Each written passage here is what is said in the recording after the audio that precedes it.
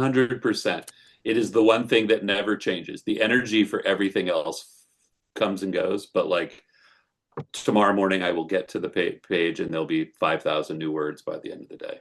So, hello, aligned authors. This is Valerie Isan, and it is episode 209 of the podcast. And right now it is April 16th, 2026, as I record this.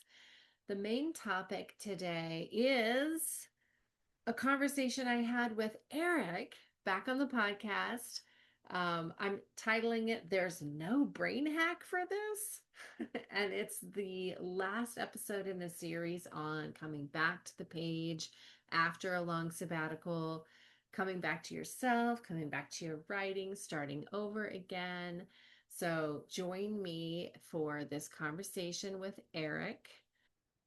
After our author update and our chat, we start in on the main topic at about 8 or 9 minutes in, and it does end a little abruptly. So that might sound a little weird, but we were just having this wonderful conversation and it kind of moved on to non-podcasty things. There was no clear like end to it like normal. So but in the conversation, we talk about the books we're reading. We talk about marketing and day job stuff and a little bit of update on Costa Rica stuff and what I'm doing here because he hadn't heard any of that. First, I want to thank our patrons, my existing patrons. Thank you so much. We have a brand new patron. Her name is Heidi Walker. Thanks for joining me, Heidi. I so appreciate you. I have revamped my Patreon page, so I'm really pleased with it. I'm really proud of simplifying it. I do tend to make things a little harder than I need to, so this was lovely to make easy. It's fresh, it's easy. If you're a patron at any tier, you get all of my content always. I've been working on essays behind the scene. I'm about ready to drop 2 more essays, I think, in Patreon. Um, anyway, you can support me and my dreams and my writing and my aligned author life for $11.11. And I would be so, so grateful. Heart to heart, gratitude for your gifts. If you want coaching too, with 2 live calls every month, you can back me for $55.55. You will never find coaching sessions for less money than this. If you've ever wanted continued support for your writing and accountability on your projects, this is the way to do it. So you can go to patreon.com/Valerie Isan, IHSAN. You can also check out Erick Mertz's Patreon page. That's patreon.com/Strange Air Stories if you want short stories in the paranormal mystery genre. He's a really great writer, and I love his inspiration videos on, like behind the scenes of the stories that he writes. Those are always really interesting. Author updates. Like I said, I've got a couple essays that I'm about ready to drop in Patreon, and I've been writing new words in my current work in progress, Structure and Spark. I've gotten a lot of inspiration from a couple of colleagues in the last month about that book in particular, so I feel really good about that. Um, Costa Rica update. I've started a new vlog called Pura Vida Found, which was a hashtag suggestion from a follower. We've got a new internet. See the box right there? We haven't put out the antenna yet, but we've got a new internet antenna, so that'll make things easier on our end. And we have a UPS, which is a universal power source. So if the power does go out, then we can still have battery operated internet for a few hours anyway. So that's exciting because there are some power outages here. I went and saw a chiropractor for the first time in months. That was amazing. And we are just, making our lives here easier little bit by little bit. So we have a dehumidifier now. We're learning how to live with mold and humidity. So, yeah, more on the vlog. So you can check that out on my YouTube channel. Let's get into the conversation with Erick. Like the last time we talked, it was like I go up the hill to get my mail. I go down the hill to, there was just all this like your stuff was in like different places. And are you settling all that stuff in? Every week, something new improves. You know, like we went to the storage unit last week and brought home some more clothes and books. We haven't unboxed the books, so they're just in stacks of, there's a bunch of stacks of books over here in boxes, because we don't have a place to put them. But we're just worried about, because the rainy season has started. It's a little early, but once it's going full force, we're kind of worried about all the books and art and clothes that's in the storage unit, which is not climate controlled. So our plan is to like go and pull things every week because, we're just putting it in the back of the FJ Cruiser. There's not really a lot of room. We can only bring like 5 boxes at a time or something like that. Um, but yeah, and so like Ali made a clothes rack for me to hang my clothes on because our closets are so small. And we had our first dinner guests last night, so that was fun. From the village, from the area, or people coming Yeah, to well, visit you? they're actually our landlords. How has the writing business transferred? You put it on pause for, I mean, you had to have put it on pause for the whole trip, right? I'm here at the desk. I was going to do some sample edits for Book Butchers. I have a coaching call tomorrow with a book coaching client, trying to put more intention around the podcast. I'm thinking about that a lot all the time and how to make it good and better. And Next weekend on the 18th, I have a Word Crafters event. And then the following week, I'm in Las Vegas for the Vegas Writers Conference. And I'm going to go to the Vegas Writers Conference. I'm part of their Facebook group. There's like 100 people who are commenting on, oh, I can't wait to go to this. Oh, I'm going to see you. I'm going to see you. And like that might be small time and that might be, but fuck that. I don't care if it's small time or not. Like, I that's mean, what you I would want. rather be around. I'd rather be around a bunch of people and like I'm invited to your party to hang out and do this writer thing than to walk into a room and feel like I wore the wrong shoes. Like that's, I Yeah. just don't want that feeling. What are you reading? Oh, I the fiction novella that I just finished reading was Jesse Quack's new prequel called Smokescreen. And um, she's been writing, excuse me, space operas and Yeah. she's a spec fiction writer. But this series is just thriller. It's an FBI murder mystery series, basically. So I read her prequel, which is free on her website. And I finished that in just a couple days. That was a fast read. And this is the nonfiction book that I'm reading right now. It's called The Soul Source Entrepreneur by Christine Kane. An unconventional success plan for the highly creative, secretly sensitive, and wildly ambitious. So those are so I haven't picked up a new fiction. I think, I think it might be um, Mosswood Apothecary by J.P. Rindfleisch. That was his Mm-hmm. latest fiction release. And I had helped him fund the Kickstarter. So they mailed this to me before I left for Costa Rica. So Nice. All it's right. the book from his Kickstarter, last one. So I guess that's what I'm reading right now. Cool. What I'm about you? reading The Haunting of Payne's Hollow by Kelly Armstrong. Cool. Um, a I know Kelly Armstrong's name from the world of sort of like spec lit. Um, it's the like the tropiest trope of all. Like it's the you have to spend a month in a haunted house in order to get your inheritance. And why would my uncle do this to me? And like so What's it called? The Haunting of what?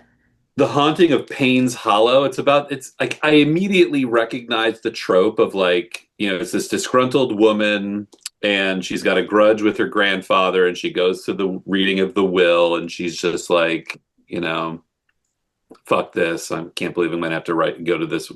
He's just gonna screw me over. But then he basically gets her, like puts her in the will for the most valuable item, like it's this $10 million house that's and property that's been in the family and she can't figure out why. And so but then she's like, well, fuck the old man, I'm gonna get that money anyway. And so she goes to the house. So it's like the classic, like, you know it's like I watch, like Elijah will love these, like Five Nights at Freddy's. Like the kids go to the place after midnight because they want to see something and they're locked into it for a short amount of time. Like I hate the trope, but the character's so great. Like she's Oh, just like this. cool. She's a real full of piss and vinegar. So I'm reading it for the character, but I've also been like author update also would say that like I think at mid quarter three be able to flip the script on having to do all the writing that comes through my site and I'll be able to really genuinely be a lead source. I think, I've got a bunch of projects that are finishing. These are older 2025 projects, but they will all finish. They will fund the rest of the year. Anything, I Nice. have this white label job that is like July, August, September, October. That will, What do you mean by white pay. label? It's called white label, just like you're doing the work and you're just not getting any, you're just doing the work for the ghost kind of thing. Um, Better to have a contact I might not need than need a contact I don't have. Mm-hmm. Um, and then I said, yeah, like let's talk about it. I'd love to do something like that. And then sure enough, like a month later, she called and said, hey, I've got this great project. This is a family. They're buying 3 books and a video from me. I'd like you to write the 3 books. It's like this perfect setup. It was like somebody sitting here and holding, the ice cream cone up to my, and go like, just lick it now, eat the ice cream. It was like, couldn't have been a sweeter deal, and it's great. She's paying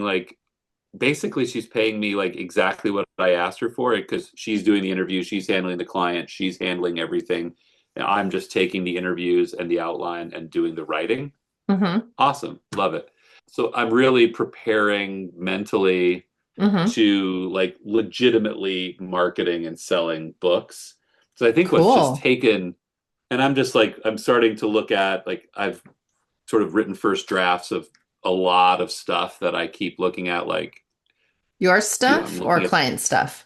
my own. Like Okay. I've had this um, series of stories that I've worked on, and I've just written the first draft of like a ton, probably like 6,000 words, 10,000 words a week on this new sort of speculative fiction series idea. I've got like, I just keep like the energy is just there, and I So, am can I just, of interrupt you for a second? I have a course, burning question. So, I told you I'm doing this series on the podcast of like coming back to writing, and you and I have talked about this. This seems to be a cyclical topic, like starting again, or you've been away from the page for a while, and how do you get back, and blah blah blah.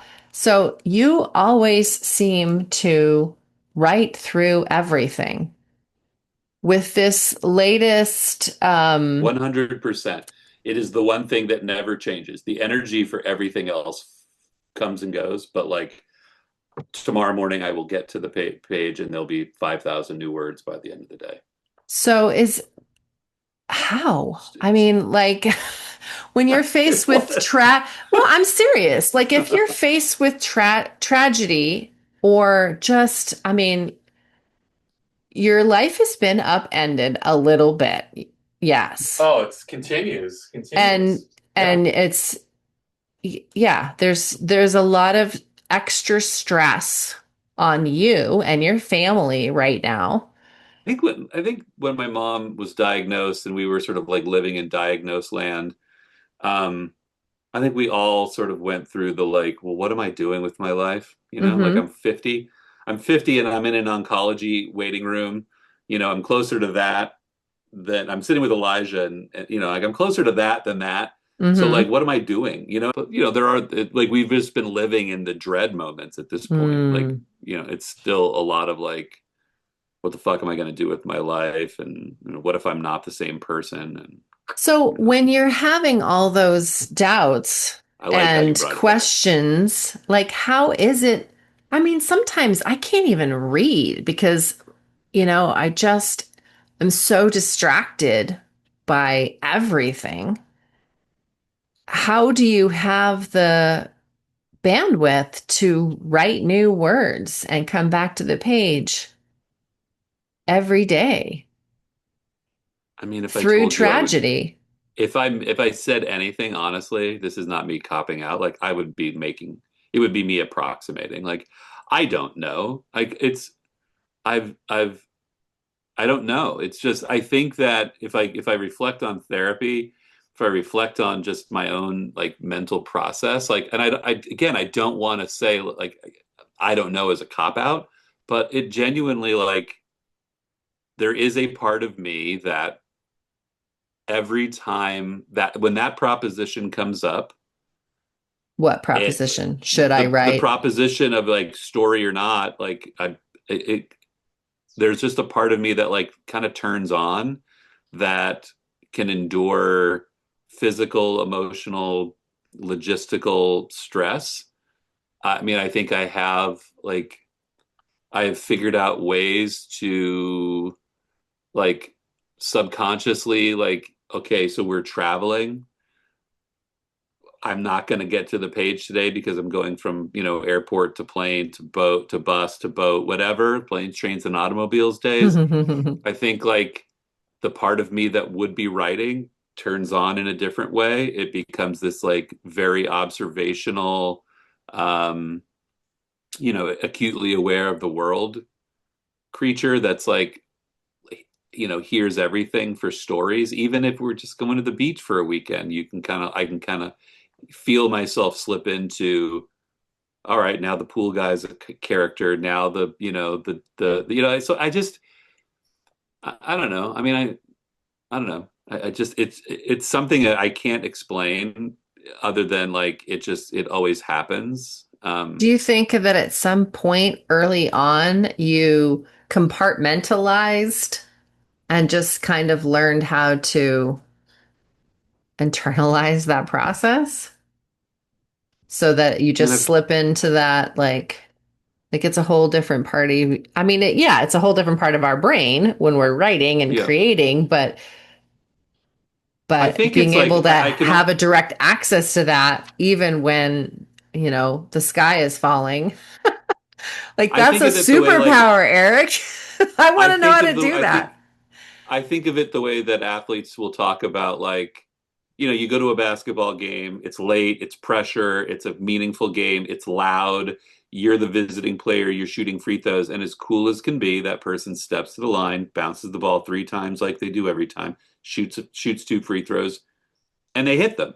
And I think there's just this like muscle memory repetition that's like, Mm.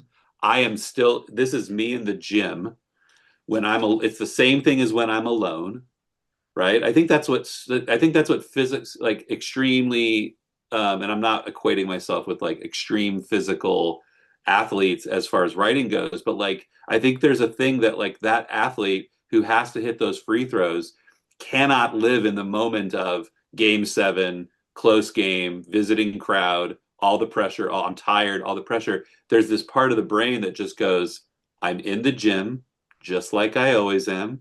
This is me at 6 in the morning shooting free throws. This is me after practice. Like, I think there's a way to get back to like an easier mind when it comes to things. Is that a And I just, brain hack?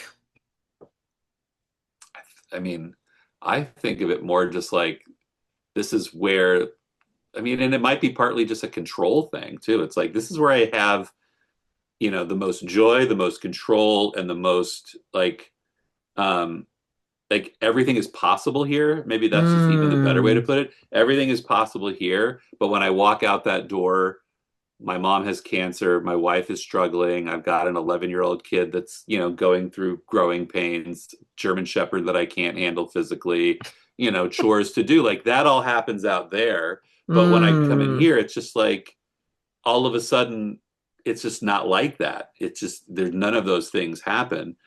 So, and I don't know how that works, but I don't know how that, I don't know how, but I know it does. But when I sit there and it's like, what do I want the storyline to be like?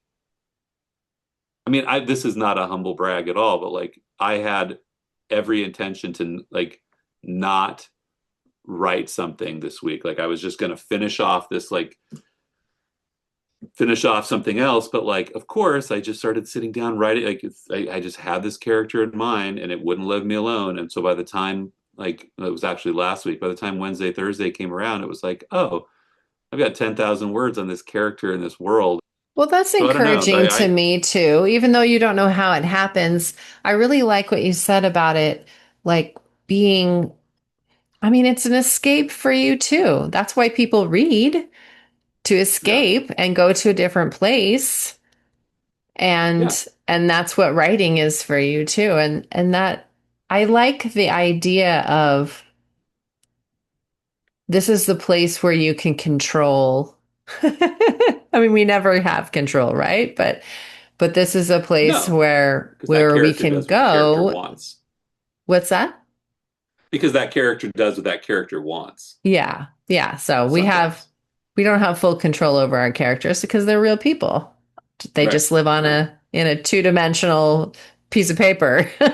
Yeah, But yeah, I really like that. I think I'm gonna try to use that this week, when I'm opening up my document and I'm writing nonfiction right now, which makes it harder to escape to a different world. And I still have like my, you talked about all of the stuff that's happening in your world and in your business. And when you go to the page, you can forget all that. And if I'm writing nonfiction to my audience, I kind of can't forget about that, because I'm trying to write to their needs. So I'm thinking yeah, about them. Um, but I got some really good advice from Jesse Kwak about infusing self into, your work. Um, into this particular book I'm talking about. So I feel good hearing both from you and her. It's given me some inspiration. So thank you for that. yeah. I'm glad. I wish I could quantify it. I mean, I hope you liked that conversation with Eric, and I hope you enjoyed the series on getting back to the page. I know from personal experience how difficult and embarrassing it is to be a writer that isn't writing, and there are some really legitimate reasons why somebody would not be able to write for a time, and and and the difficulties and the inertia, fighting the inertia to get back on the page. So I hope that the last few episodes have been a comfort to you, and I'll see you on the page. Also, you can check out my aligned author book coaching program, and that will help take you through the process of writing a book, but it's also pretty bespoke. So if you already know how to write a book, but you just need the accountability piece, or you just want to talk about, a marketing plan, or if you are starting a new series and you need help, brainstorming and outlining, I'm really good at that too. So check out valerieison.com/aligned author to see if that's right for you. You can also sign up for a free consult with me, and we can talk about that in person. Next week, we'll be back with Jesse Kwak talking about book coaching. And we do a little coaching session around book coaching programs, and we talk a lot about ghostwriting. So if you are interested in either doing book coaching, starting your own book coaching business, or ghostwriting, then you'll really enjoy the next conversation we have with Jessie Kwak. See you then.